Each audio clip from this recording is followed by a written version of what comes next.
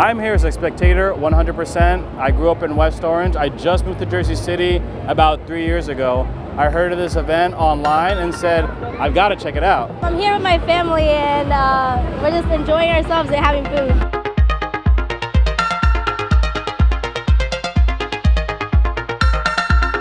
This is my first time in Jersey City, so all first, and I've heard that they're famous.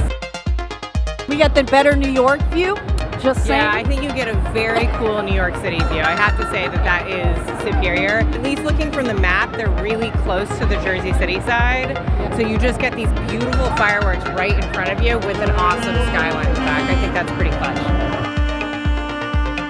I like all the Americans. They are so lovable, so friendly. Happy 4th of July, Jersey City. Yeah.